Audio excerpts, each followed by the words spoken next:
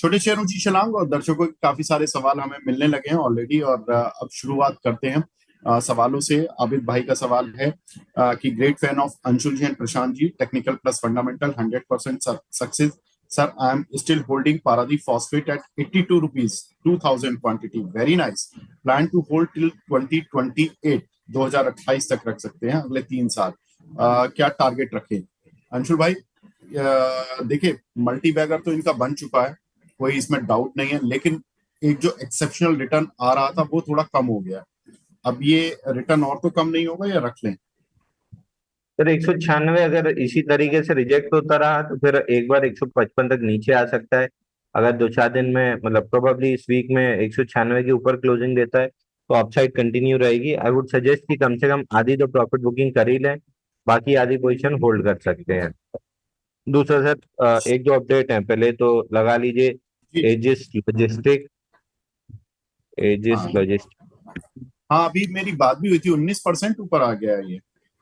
818.80 के ऊपर अपन ने ब्रेकआउट सजेस्ट किया था कि 818.80 निकलता है तो 944 रुपए तक जा सकता है, और डॉट 944 रुपए 60 पैसे का हाई बना है।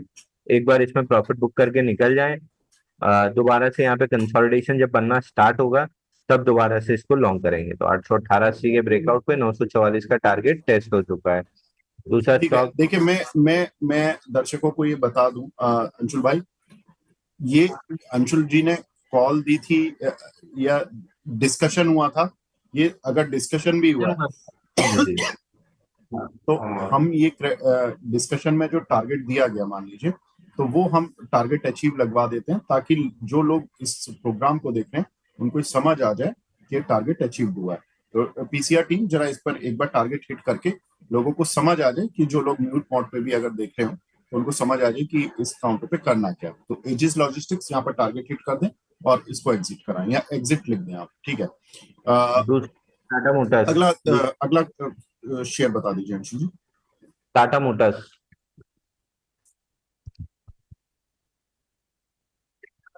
टाटा मोटर्स 735 रुपए का छोटा वाला टारगेट था, सुबह टेस्ट हो गया है तो हमने अपने क्लाइंट्स को प्रॉफिट बुकिंग दी है। आपको याद होगा 2-4 दिन पहले जब नेगेटिव न्यूज आई थी तब भी हमने डिस्कस किया था कि हमने 10% ऑफ द पोर्टफोलियो सजेस्ट किया है 665 की जोन में इन्वेस्ट करने के लिए। तो आज 735 रुपए में वहां पे प्रॉफिट बुकिंग की है। 735 के ऊपर जैसे वापस निकलेगा फिर से लॉन्ग करना स्टार्ट करेंगे 810 रुपए के लिए। तो फिलहाल 735 तक का टारगेट अचीव हुआ है, एक बार इसमें भी प्रॉफिट बुक करना चाहिए। री एंट्री 735 के ऊपर बनेगी। ठीक है, तो टाटा मोटर्स यहाँ पर भी आपको जो प्रॉफिट मिला, जो 665-70 की रेंज पे जो अंशु जी ने बोला था, अभी भी आपको 50-60 रुपए आ रहे हैं। अगर 735 के ऊपर निकलता है तो आप उस समय दोबारा ऐड कर सकते हैं। फिलहाल यहाँ पे प्रॉफिट बुक करने की ही सलाह, जिन्होंने निचले स्तरों पर लिया है। जिन्होंने लॉन्ग टर्म के लिए लिया है उनके लिए अलग सिचुएशन है। उनके लिए सिचुएशन ये है कि वो अभी 810 का वेट कर सकते हैं। वो टेक्निकल लेवल्स शॉर्ट टर्म वालों के लिए, लॉन्ग टर्म वालों के लिए जो लॉन्ग टर्म टारगेट है वही रहेगा। अंशुल भाई, लॉन्ग टर्म टारगेट वैसे टाटा मोटर्स में क्या बताया था, एक बार रिएक्टिवेट 810। कर दें? 810, 810, 810। लेकिन वो तब मिलेगा जब 735 के ऊपर टिकना स्टार्ट करेगा। तो कहां तक जाएगा? 810, 810। ठीक है, 810। ठीक है सर। और कोई शेयर है अंशुल जी, अंशुल भाई, की जो आपको लग रहा है कि अभी टारगेट हिट हो गए हैं, या अच्छी रैली कर गया है? तो डिस्कशन तो हमने काफी शेयर्स पे किया था। एक एवलॉन था, वहां पे रिस्क फ्री हुए हैं हम। एक आशापुर माइन था जिसपे रिस्क फ्री हुए हैं हम। एक उसका टारगेट अचीव हुआ है। एनएमडीसी स्टील लिमिटेड का 45 रुपीज पे रिकमेंड किया था। एग्जैक्ट डेट भी बता दे रहा हूँ। एनएमडीसी स्टील तो आपने मेरे ही शो में दिया था। हाँ, एनएमडीसी आप ही के शो पे दिया था। एनएमडीसी स्टील आप बोल रहे हो ना, 46?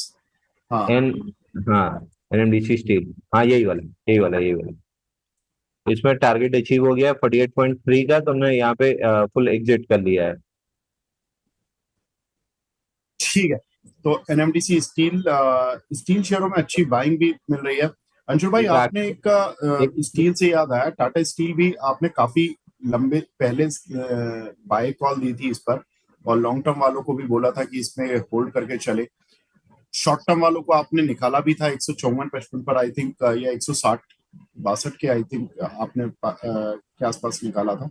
उस समय आपने बोला था कि कोई सर्टेन लेवल था 160 की रेंज में, मुझे याद नहीं है कि 167 था या 169 था, कि अगर उसके पार गया तो फिर एक अलग पैटर्न बनेगा। क्या वो लेवल अभी भी बने हुए हैं, या और इसमें जो लॉन्ग टर्म निवेशक है वो अभी भी बने रहे या इससे निकल जाए? तो लॉन्ग टर्म वालों को तो छेड़छाड़ करनी ही नहीं है 225 से पहले। 225 के बाद ही लॉन्ग टर्म वालों को किसी तरह की प्रॉफिट बुकिंग की सोचनी चाहिए। शॉर्ट टर्म ट्रेडर्स वापस से एक बार चाहें तो एंट्री कर सकते हैं, बट आप जिस हिसाब से भी चल रहा है, मैं बहुत कॉन्फिडेंट नहीं हूँ, बट हाँ, लेकिन अगर आप इन्वेस्टर हैं और अब तक अगर आपने नहीं लिया है तो आप दोबारा से लेके छोड़ दीजिए। अब तक नहीं ले पाए हैं तो लेके छोड़ दीजिए। 225 रुपए जा रहा है। ट्रेडिंग की अपॉर्चुनिटी मेरे को बहुत अच्छी नहीं समझ में आ रही, इससे अच्छी मेरे को दूसरी जगह समझ में आ रही है, तो मैं वहां ट्रेड कर रहा हूँ। ठीक है, तो टाटा स्टील पर भी राय मिली है।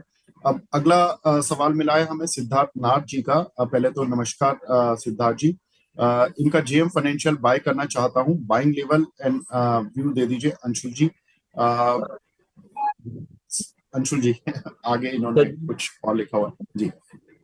जेएम फाइनेंशियल में फिलहाल बाइंग नहीं बन रही है। इसने जब से 174 का लेवल तोड़ा है, इसमें फिलहाल बाइंग नहीं बन रही है। पुल बैक में 174 तक जा सकता है, उसके ऊपर टिका है। जैसे पारादीप में 196 का लेवल है, जहाँ पे आगे कोई ना कोई प्रॉफिट बुकिंग कर रहा है, उसी तरीके से इसमें 174 का लेवल है, जहाँ जाके कोई ना कोई प्रॉफिट बुकिंग कर रहा है। तो समय लगेगा इस स्टॉक में। 174 के ऊपर टिकता है तो फिर शॉर्ट टर्म ट्रेडर्स के लिए अच्छी बाइंग बनेगी। ठीक है, पुष्कल जी बोल रहे हैं कि क्या ये इंद्रप्रस्थ गैस और मिधानी, इन दोनों में से किसी को शॉर्ट टर्म के लिए खरीद सकते हैं? नहीं, इंद्रप्रस्थ कैश तो बल्कि कल की रिजेक्शन कैंडल के बाद आज डाउनवर्ड फॉलो थ्रू मूव है। 200 रुपए नीचे सपोर्ट है, वो टेस्ट हो सकता है, और शॉर्ट टर्म के लिए इसमें कुछ बन नहीं रहा है। जो लास्ट टाइम सेलिंग आई थी इसमें अक्टूबर 2024 में, उससे रिकवरी नहीं हो पाए। 33% रिट्रेसमेंट आया है। उसके बाद से ये आईजीएल और एमजीएल, इनमें बहुत अच्छी कोई रिकवरी नहीं है। ट्रेडिंग लाइक स्टॉक है नहीं है, तो इनको अवॉइड करके चलना चाहिए। दूसरा स्टॉक कौन सा था सर इनका? सर मिधानी, ध्यान। मिधानी और निदानी। आईजीएल, ये दो थे ना? फंडामेंटल फ्रंट पे तो बहुत अच्छा लग रहा है सर, लेकिन टेक्निकल फ्रंट पे नहीं लग रहा है। जून में 145% ईपीएस ग्रोथ है, 4% सेल्स ग्रोथ है, लेकिन 10-20 डे मूविंग एवरेज पे आके अटका है 390-391 के आसपास। तो 395 अगर निकाल लेता है तो फिर 444 का टारगेट खुलेगा। तो मेरी वॉच लिस्ट में आया जरूर है, क्योंकि ट्रिपल डिजिट ईपीएस ग्रोथ है। 395 के ऊपर अगर टिकता है तो वापस बाई देना स्टार्ट करूंगा। ठीक है, अनूप सिंह जी का सवाल है सर, पीसीजे, इस पर आपकी राय। आज थोड़ा सा मूव दिख रहा है काउंटर पर। पीसीजे में अगेन सर हम वापस से बुलिश तो हैं ही, लेकिन मेजर सपोर्ट लेवल टेस्ट नहीं किया है, और गैप अप भी 10-20 डे मूविंग एवरेज में आया है। अगर 13 रुपए 30 पैसे, 13 रुपए 50 पैसे ये जोन निकाल लेता है तो यहीं से अप मूव कंटिन्यू रहेगी। लेकिन अगर ये जोन रिजेक्ट होती है तो फिर एक बार पुल बैक 10.54 तक आ सकता है। तो अगर लॉन्ग टर्म इन्वेस्टर हैं, हर डिप पे एक्यूमुलेट कीजिए। अगर शॉर्ट टर्म ट्रेडर हैं तो थोड़ा सा वेट कीजिए पैटर्न बनने का। ठीक है, एक हमारे दर्शक हैं राहुल ललवानी जी। ये पूछे हैं सर, इंटीग्रेटेड इंडस्ट्री, इस पे top line and bottom line is growing good, इस पर अपना व्यू दे दीजिए। ठीक है सर, इंटीग्रेटेड इंडस्ट्री, अंशुल भाई, इस काउंटर पर आपकी राय। Sir BSC only listed stock है। ये स्क्रीन पर लग गया अंशुल भाई, ये 25 रुपए 65 पैसे का है, अपर सर्किट लगा हुआ है आज। आप हाँ हमारी स्क्रीन पर देखो, ये बॉम्बे शायद I think BSc listed share है केवल। हाँ, ये केवल बीएससी लिस्टेड शेयर है सर, और 5 दिन में 33 रुपए से गिर के नीचे आया है 23 रुपए 90 पैसे तक, और आज अपर सर्किट लगा है। प्रोबेबली 29 रुपीज तक जा सकता है। थोड़ा सा ध्यान रखिएगा, बीएससी ओनली लिस्टेड काउंटर है तो थोड़ी सी दिक्कत हो सकती है, बट ओवरऑल चार्ट पैटर्न में कोई खास दिक्कत नहीं दिख रही है मेरे को। एक हमारे दर्शक हैं सुमित जी, ये पूछ रहे हैं सर, आयशर मोटर, इस पर आपका व्यू दे दीजिए शॉर्ट टर्म के लिए।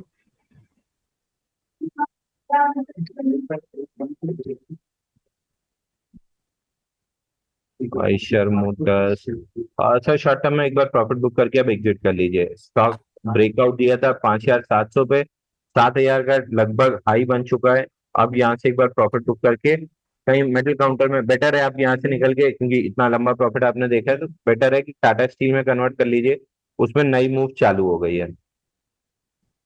ठीक है। अगला सवाल हमें मिला हुआ है सर आईओसी पर।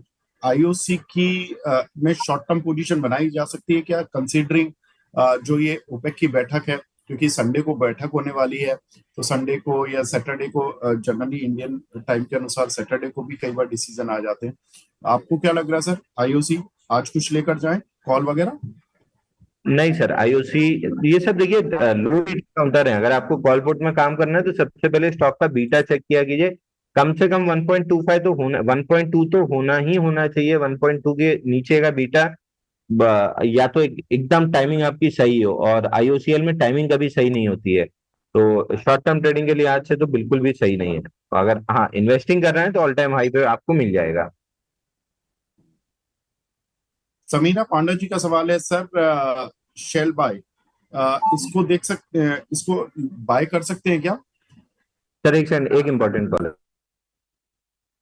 जी ठीक है, एक बार मार्केट की स्थिति पर नजर डाल लेते हैं। मार्केट में देखें तो इस समय करीब अब 13 अंक की बढ़त देखने के लिए मिल रही है सेंसेक्स में, और निफ्टी में करीब 8 अंकों की गिरावट और 43 अंकों की गिरावट इस समय आईटी निफ्टी में देखने के लिए मिल रही है। तो कहीं ना कहीं निफ्टी एक रेंज में फंसा हुआ है, जो कि रेंज है 24,840-50 के आसपास, और वहां से निफ्टी बार बार नीचे की तरफ आ रहा है, और उसी रेंज में एक फंसा हुआ है। अंशुल भाई, मेरा सवाल था समीरा पांडा जी के बिहाफ पर, शेल बाय, इसको बाय कर सकते हैं क्या, ऐड कर सकते हैं इसको? SHALBY ना सर, शैल बी। हाँ एक जी, सेकंड में चेक। ये SHY। बी, शेल बी बोलिए या शेल बाय बोलिए, ठीक है। अपनी इंग्लिश थोड़ी कमजोर है सर, तो जितना समझ में आया शैल बी समझ में आया। खैर, इसमें हमने बाई कॉल हमारे प्रॉफिट बुकिंग हुई है, तो अभी नई बाई कॉल हम नहीं दे रहे हैं। पुल बैक में अगर 10-20 डे मूविंग एवरेज प्रोटेक्ट करता है, नीचे 10 डे मूविंग एवरेज 253 है, वो अगर प्रोटेक्ट होता है तो दोबारा से बाई कॉल देंगे। सिमिलर जैसे शेल्बी में हमने बाई दिया था, जिस पैटर्न पे हमने बाई दिया था, फ्लैग पैटर्न पे, जिसको फ्लैग कहते हैं, किसी को अगर पढ़ना है तो गूगल पे जाके पढ़ सकते हैं फ्लैग। सिमिलर फ्लैग पैटर्न कीरी इंडस्ट्री में बना है, कीरी KIRI, कीरी इंडस्ट्री। इसमें हमने सुबह बाई कॉल दिया है अपने क्लाइंट्स को। थोड़ा सा शो आपका लेट चालू हुआ है, तो थोड़ा सा आपको लेट दे रहा हूँ। 597 में हमने अपने क्लाइंट्स को बाई दिया हुआ है, कीरी KIRI। सामने अगर चार्ट लगा के 1 मंथ अगर कर सकें तो आपको फ्लैग पैटर्न एकदम क्लियरली दिखेगा। पीसीआर टीम जरा कीरी को एक बार चार्ट लगा दीजिए, KIRI, कीरी इंडस्ट्रीज, काफी बड़ा हाई बीटा शेयर है आई थिंक अंशुल भाई, ये तो हाँ, कीरी ये इंडस्ट्री, हाई बीटा शेयर है क्योंकि सर। जब चलता है तो बड़ा इसने हाँ, जबरदस्त इसके रहते गिरता हैं, आज से 7% ऊपर भी है कीरी इंडस्ट्री, KIRI। पीसीआर टीम कृपया इसको लगा दीजिए, कीरी इंडस्ट्रीज को। अ, ये देखिए, इसको 1 मंथ और कर दीजिए आप, अ, ताकि पीसीआर टीम ये थोड़ा सा जो अंशुल भाई बोल रहे हैं फ्लैग पैटर्न, देखिए बाद ये में ज्यादा अच्छा फ्लैग पैटर्न दिखेगा, लाइन चार्ट को उतना नहीं दिख रहा है। लेकिन अंशुल भाई एक चीज तो है, ये काउंटर जितना मैं देख पा रहा हूँ 550 के पास से इसमें एक अच्छा जंप देखने के लिए मिला, वही वाला जंप है पूरा का पूरा, क्योंकि आज ये सर 70 रुपए जो चला हुआ है, इसमें 550 से 604, बिल्कुल ठीक है सर। तो ये तो इसमें पूरा जंप आज ही का एक तरह से हम तो कह सकते हैं कि आज ही आज में मिला है, और पुराना जो जंप था वो 520 से था जी।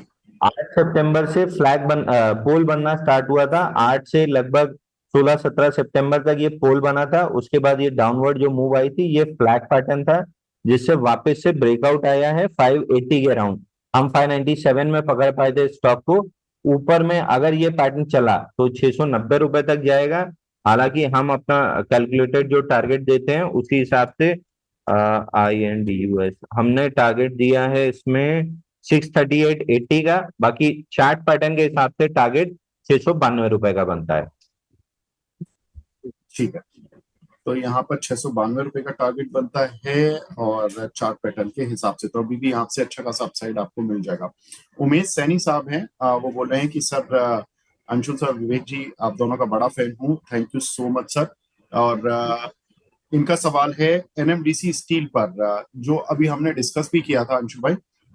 45 रुपए के लिए हुआ है इन्होंने, और टाटा मोटर्स लेकिन इन्होंने 762 रुपए के लिए हुए हैं। इन दोनों में क्या करें, प्लीज बता दीजिए। तो टाटा मोटर्स तो एवरेज करना चाहिए था 665 के आसपास, 735 पे प्रॉफिट बुकिंग नहीं की है तो कोई दिक्कत नहीं है। 735 के ऊपर जिस भी दिन क्लोजिंग आएगी आएगी, इसमें कोई डाउट नहीं है। किस दिन आएगी इसमें थोड़ा सा आगे पीछे हो सकता है, बट 735 जिस दिन निकालेगा 810 रुपए तक आराम से निकल जाएगा। और दूसरा एनएमडीसी स्टील हमने अभी प्रॉफिट बुकिंग की सलाह दी है, मतलब टारगेट डन हुआ है हमारा। नेक्स्ट राउंड में जब भी कंसोलिडेशन बिल्ड होना स्टार्ट होगी तब हम इसको दोबारा स्टार्ट करेंगे, क्योंकि ओवरऑल मेरे को इसमें टारगेट 53 रुपीज तक का दिख रहा है, तो नेक्स्ट राउंड ऑफ कंसोलिडेशन में दोबारा बाई जाएंगे। ठीक है फिर, तो यहाँ पर आपके लिए राय सब मिल गई होगी। अगला सवाल हमें मिला है दीपक शारदा जी का, प्रिसीजन वायर्स में फ्रेश एंट्री कर सकते हैं क्या? प्रिसीजन वायर, प्रिसीजन वायर बिल्कुल कर सकते हैं सर। अच्छा खासा वीकली चार्ट पे अगर आप देखेंगे 18 हफ्ते का बेस ब्रेकआउट आया है और बीच में 3 इंस्टीट्यूशन कैंडल वॉल्यूम भी है। एकदम रेजिस्टेंस जोन पे खड़ा हुआ है 199 200 के, और 200 राउंड फिगर भी एक रेजिस्टेंस होता है। ओवरऑल अगर देखें तो स्टॉक में तेजी दिख रही है। 200 रुपए जैसे ही निकालेगा, एक साइकोलॉजिकल रेजिस्टेंस है 220 240, तो टारगेट आपको मिलेंगे। बिल्कुल प्रीएम्प्टिव बाई करना है यही कर सकते हैं। साइकोलॉजिकल रेजिस्टेंस निकलने के बाद लेना चाहें तो फिर 200 के बाद लीजिए। आई वुड बाई, मैं मतलब या तो कल ही प्रीएम्प्टिव बाई करके चलता है या सुबह प्रीएम्प्टिव बाई करके चलता है। मैं 200 के ब्रेकआउट का वेट नहीं करता। ठीक है। बल्कि आपने नोटिस करा दिया तो ये हनी भाई संकला देख रहा हूँ। संकला जी हैं, ये पूछ रहे हैं sir silver ETF long term के लिए बाय करना चाहता हूँ, क्या कोटेक ईटीएफ ठीक है, इसमें एंटर कर सकते हैं क्या? सर लेना है तो गोल्ड बीज या सिल्वर बीज यही लीजिए निपॉन का, क्योंकि सबसे ज्यादा वॉल्यूम इसी में होता है। निकलना और घुसना दोनों आसान होता है, स्लिपेज सबसे कम आती है। तो बेटर है कि बीज, सिल्वर बीज और गोल्ड बीज अगर आप ईटीएफ लेना चाह रहे हैं तो इन्हीं में ट्रेड करें। इनके बाहर ठीक है कोई दिक्कत नहीं, सब एक ही साथ चलेंगे, बट लिक्विडिटी के लिहाज से these are the best counter, तो इन्हीं में आपको लेना चाहिए। और सर स्टैंडर्ड डिस्क्लेमर दूं, प्रिसीजन वायर अभी आपने नोटिस कराया मेरी वॉच लिस्ट में नहीं था, हमने अपने क्लाइंट्स को अभी 198 में बाय रिकमेंड किया है। चलिए ठीक है, तो ये तो डबल वो हो गया, एक ट्रिगर हो गया कि अंशु जी की भी लिस्ट में ये आ गया, और यहाँ पर हमारे दर्शक का सवाल भी इस पर था। बहुत अच्छी बात है। अगला सवाल हमें मिला है नितेश कुमार सिंह जी का, ये बोल रहे हैं सर देवानगिरी शुगर बाय किया हुआ है इन्होंने 4 रुपए पर, प्रॉफिट हो रहा है, होल्ड करूं या सेल करूं, प्रॉफिट बुक कर लें क्या? सर कल कल वापस से इंस्टीट्यूशन वॉल्यूम आया है तो आई वुड सजेस्ट होल्ड कीजिए। एटलीस्ट जो फ्लैग का हाई है 4 रुपए 30 पैसे, यहाँ तक के लिए तो होल्ड कीजिए। 430 निकलता है तो स्टॉक में फिर नई ब्रेकआउट आएगी करीब करीब 490 तक के टारगेट के लिए, और बड़ा वाला टारगेट जो है पूरे फ्लैग का वो आता है करीब करीब आपका 6 रुपए 34 पैसे। तो मेरे को फिलहाल 490 जाते हुए दिख रहा है, 490 के आसपास वापस डिसाइड करेंगे क्या करना है। ठीक है। एक हमारे दर्शक हैं संदीप सिंह जी, ये पूछे हैं यूनाइटेड स्टेट्स को बाय कर सकते हैं क्या करंट लेवल्स पर? अभी मेरी प्रशांत भाई से भी बात हो रही थी अंशुल भाई, इसमें जो आरसीबी के स्टेक सेल की बात है उस वजह से सुर्खियों में है ज्यादा शेयर, बताएं। तो देखिए आरसीबी की फैन फॉलोइंग जिस हिसाब से है, हम तो खुद आरसीबी के फैन रहे हैं, 18 साल इंतजार किए हैं, इस बार पहली बार जीते हैं। तो मेरे ख्याल से आरसीबी की वैल्यूएशन को बहुत बेहतरीन मिलनी चाहिए। बट दैट बीइंग सेड, अब वो तो डील के हिसाब से है, बट 1364 का एक रेजिस्टेंस है, पूरा बॉक्स बिल्ड किया हुआ है। इन्वेस्टर्स को हम एक्यूमुलेट करने की सलाह पहले से देते आ रहे हैं। 1364 जैसे ही निकलेगा 1498 का टारगेट तुरंत बनेगा, और 1498 निकलता है तो ऑल टाइम हाई। अगर आप इन्वेस्टर हैं तो यहाँ पे लेके छोड़ दीजिए, ऑल टाइम हाई के पहले बेचने की जरूरत नहीं है। अगर आप ट्रेडर हैं तो 1364 के ऊपर बाय कीजिएगा, धीरे धीरे 3 से 4 महीने में 1498 का टारगेट मिलेगा। ठीक है। इस समय आरसीबी ने खिताब जीता था, उस समय तो वैल्यूएशन आरसीबी की करीब 1000 से 1200 करोड़ रुपए आती जा रही थी। अब देखिए इस समय मार्केट रूमर्स जोरों पर होंगी, तो इस समय की कोई भी वैल्यूएशन पर मैं तो कुछ नहीं बोलूंगा, क्योंकि इस समय कंपनियां जनरली किस लेवल पर डील करती हैं वो अलग की चीज है। आगे बढ़ते हैं। एक सवाल हमें मिला है यहाँ पर सात्विक ग्रीन एनर्जी पर, अंकुर जैन जी का सवाल है, इस पर आपकी एडवाइस है? सात्विक ग्रीन एनर्जी 5,000 करोड़ का मार्केट कैप है सर। और मेरे पास बहुत ज्यादा डेटा नहीं है इसका, एक बार बीएसपी और चेक कर लेता हूँ। नई लिस्टिंग है सर, बहुत ज्यादा डेटा नहीं है मेरे पास। अगर तो ऑल टाइम हाई इसका है 464, वो निकालता है अगले 2-4 दिन में, तो फिर कुछ तेजी डेवलप हो सकती है। आईपीओ वाला स्टॉक है, 4-5 दिन में ठीक ठाक पैसा अगर मिल रहा है तो एक बार बुक कर लीजिए और आईपीओ बेस बनने का वेट कीजिए। ठीक है। एक हमारे दर्शक हैं रामप्रीत चौरसिया जी, ये बोल रहे हैं, पहले तो गुड मॉर्निंग चौरसिया साहब। नावा नवभारत वेंचर, नवभारत वेंचर, इस पर शॉर्ट टर्म में क्या व्यू रहेगा अंशुल भाई? सर 667 का सपोर्ट टूटा है। फिलहाल बड़े पैटर्न का जो ब्रेकआउट आया था 632 पे, उसको रीटेस्ट करने जा रहा है, तो फिलहाल 632 आते हुए दिख रहा है। उस जोन में अगर रिजेक्शन कैंडल बनती है तो बिल्कुल बाइंग देंगे हम। ठीक है। समन कैपिटल पर व्यू क्या रहेगा अंशुल भाई? क्योंकि आज इसमें खबर भी थी, मेरी प्रशांत जी से डिस्कशन भी हो रहा था कि इसमें ओपन ऑफर भी आ सकता है, कंपनी बिक भी रही है, नए प्रमोटर आ रहे हैं दुबई के आईएचसी लिमिटेड करके, और वो 139 के भाव पर इसमें स्टेक खरीद रहे हैं। आप क्या करेंगे सर? सर इसको सोमवार को हमने स्टैंडर्ड डिस्क्लेमर बाई दिया था 146 रुपीज में, और 165 हमारा टारगेट था, जो कि कल के सेशन में अचीव हुआ है, तो हमने प्रॉफिट बुकिंग की सलाह दी है। नए सिरे से अभी बाइंग बन नहीं रही है क्योंकि 164 का रेजिस्टेंस प्रोटेक्ट नहीं हुआ है। कल ऊपर क्लोज किया था, आज नीचे आ रहा है, और 10-20 डे मूविंग एवरेज थोड़ा सा दूर है। I would wait for 8 to 10 days of consolidation, उसके बाद नेक्स्ट लेग में वापस से बाई दूंगा, क्योंकि चार्ट स्ट्रक्चरली बुलिश लग रहा है। 164 के ऊपर टिक जाता है तो करीब करीब मान के चलिए कि 199 और 210 दो टारगेट खुलेंगे, बट 164 के ऊपर टिकना बहुत जरूरी है। ठीक है। संजीव कुमार जी का सवाल है, इलेक्ट्रो स्टील कास्टिंग 107 रुपए के लिए हुए हैं, क्या करें लॉन्ग टर्म के लिए? इलेक्ट्रो स्टील कास्टिंग ये सर हमारी एक्टिव वॉच लिस्ट में है। रेंज बनी हुई है 132-83 ऊपर में, 85 नीचे में, तो रेंज के अपर एंड से रिजेक्ट हुआ है, लोअर एंड आ रहा है, lower and 100 sorry lower and 85 के आसपास है। उस जोन में अगर रिजेक्शन कैंडल बनती है तो हम बाई कॉल इनिशिएट करके देंगे, क्योंकि इस टाइप के स्टॉक जब बॉक्स के बॉटम पे फेलियर बनाते हैं तब बहुत तेजी से ऊपर जाते हैं, तो 85 के राउंड में फेलियर का वेट करूंगा, बनता है तो बाई करके चलेंगे। ठीक है। मैक्स हेल्थ केयर पर दीपक सिंह जी पूछ रहे हैं, सर आपकी राय? तो मैक्स हेल्थ पे अगेन मेरे को याद है मैंने प्रॉफिट बुकिंग की सलाह दी थी जब 1201 रुपए टूटा था, तो अपना ट्रेलिंग स्टॉप लॉस हिट हुआ था और कंप्लीट प्रॉफिट बुकिंग की सलाह दी थी। नीचे में 1121 और 1057 के टारगेट थे दोनों। 1057 भी प्रोबेबली आजकल में आता हुआ दिख रहा है, और जिस वॉल्यूम से गिरा है मेरे को लग नहीं रहा है 1057 प्रोटेक्ट होगा, तो अभी के लिए 1057 पकड़िए, उसके नीचे क्लोज करता है तो फिर नए टारगेट देंगे। हमारे रेगुलर व्यूअर हैं साईं प्रवीण साहब, इनका सवाल है, हिंदुस्तान एरोनॉटिक्स के 500 शेयर हैं at the rate of 250 post split, और उससे एग्जिट कर लिया है, एंड एड रिलायंस, ये स्ट्रेटेजी ठीक है क्या सर? बेस्ट है सर, बेस्ट है, ठीक नहीं है, बेस्ट है। अच्छा, चलिए बहुत बढ़िया। तो बेस्ट स्ट्रेटेजी प्रवीण जी आप सोच रहे हैं, अपना चुके हैं, अगर आपने अपनाई है तो बहुत अच्छी बात है। और अंशुल जी का ऐसा मानना है। अगला सवाल हमें मिला है यहाँ पर जेएसडब्ल्यू इंफ्रा पर, यहाँ पर और ऐड करना ठीक रहेगा क्या लॉन्ग टर्म के लिए? सर लॉन्ग टर्म इन्वेस्टर्स को हमने कल थोड़ा सा ऐड कराया है, लॉन्ग टर्म इन्वेस्टर्स को कल हमने थोड़ा सा ऐड कराया है। इस जोन में अब थोड़ा सा डिस्काउंटेड प्राइस दिख रही है, तो हमने धीरे धीरे वापस एक्यूमुलेशन स्टार्ट की है। अगर 295 के आसपास मिलता है तो और ऐड करेंगे, बट ये लॉन्ग टर्म इन्वेस्टर्स वाला है। शॉर्ट टर्म ट्रेडिंग का कोई अपॉर्चुनिटी अगर आप खोज रहे हैं तो मत खोजिए, स्टॉक उस तरीके से बिहेव नहीं कर रहा है। ठीक है। जीत गुर्जर साहब हैं, वो पूछ रहे हैं कि सर विप्रो और पीपीएल फार्मा, इनमें इन्वेस्टमेंट करने पर एक साल में क्या टारगेट मिल जाएगा? सब पहले स्टॉक का नाम मिस हो गया।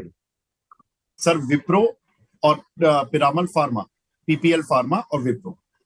पीपीएल फार्मा से स्टार्ट करते हैं सर। 181 इनकी इसकी 197 181 इसकी मेजर एक्यूमुलेशन जोन थी, और 181 मिला था एक्यूमुलेट करने के लिए। अब वापस से 197 के ऊपर जा रहा है, तो प्रोबेबली अगर ये लेवल होल्ड होता है तो 225 रुपए का टारगेट मिल जाएगा। अगर एक साल का व्यू है और सही में आप एक साल होल्ड कर रहे हैं तो आपको बहुत आराम से 240 रुपए तो कम से कम मिलेगा। 240 की दोबारा सवाल पूछिएगा बेचने से पहले, क्योंकि 240 के ऊपर निकला तो फिर बड़ा टारगेट मिलेगा। तो बेचने की जल्दी मत कीजिएगा, 240 पे एक बार सवाल पूछिएगा। और विप्रो हमेशा अंडर परफॉर्मर रहा है अगेंस्ट दी आईटी इंडेक्स, तो मैं बहुत फैन नहीं हूँ विप्रो का। बट 235 का सपोर्ट जोन प्रोटेक्ट हो रहा है, तो बाउंस बैक में करीब 274 तक के टारगेट मिल सकते हैं। But that being said, percentage wise जब तक ये 274 पहुंचेगा, इन्फोसिस इससे ज्यादा रिटर्न आपको दे चुका रहेगा। अगर आईटी में ही रहना है तो विप्रो से ज्यादा अच्छा इन्फोसिस है। ठीक है सर। अगला सवाल हमें मिला है सईद हैदर जी का। ये बोल रहे हैं कि सर टाइटन 3388 रुपए के लिए हुए हैं, 6 महीने के व्यू ये लेना चाहते हैं आपसे। टाइटन बढ़िया स्वीप हुआ है सर, 3372 का लेवल स्वीप हुआ है, तो हमने अपने क्लाइंट्स को लॉन्ग इनिशिएट करवाया है 3300 रुपए के स्टॉप लॉस से। और ऊपर में हमको ऑल टाइम हाई का टारगेट दिख रहा है, बट ये ट्रेडर्स को नहीं, इन्वेस्टर्स को कराया है। Titan being a large cap company, investment play है, ट्रेडिंग प्ले नहीं है। तो 3300 रुपए का स्टॉप लॉस दिया है, 3370 पे हमने लॉन्ग किया है, और ऑल टाइम हाई का हमारा टारगेट है 3800 प्लस का। ठीक है। शिवकांत ओझा जी का सवाल है सुपर चैट पर। टालब्रूस ऑटो 310 पे लिया है सर, शॉर्ट टर्म का व्यू चाहिए आपसे। कालब्रोस auto sir major support zone के आसपास है 290 293। ये जोन अगर प्रोटेक्ट होती है तो बाउंस बैक में 320 रुपए मिल सकता है। लो वॉल्यूम पुल बैक है, तो मैं एक्सपेक्ट कर रहा हूँ कि ये लेवल प्रोटेक्ट होके यहाँ पे रिजेक्शन कैंडल बनेगी और 320 तक का टारगेट मिलेगा। सुशील शर्मा जी हैं, ये हमारे प्राइम मेंबर भी हैं। ये पूछ रहे हैं सर एनबीसीसी, इसमें एंट्री है इनकी 114 रुपए की, और एनवायरो इंफ्रा में 269 रुपए की। दोनों में 2 महीने का व्यू है, प्लीज सजेस्ट कर दीजिए क्या करना एनवायरो इंफ्रा में तो एक रेंज बनी हुई है sir, 274 243। Lower end of the range reject हो रहा है, तो यहाँ से हाई प्रोबेबिलिटी है कि 274 तक निकल जाएगा।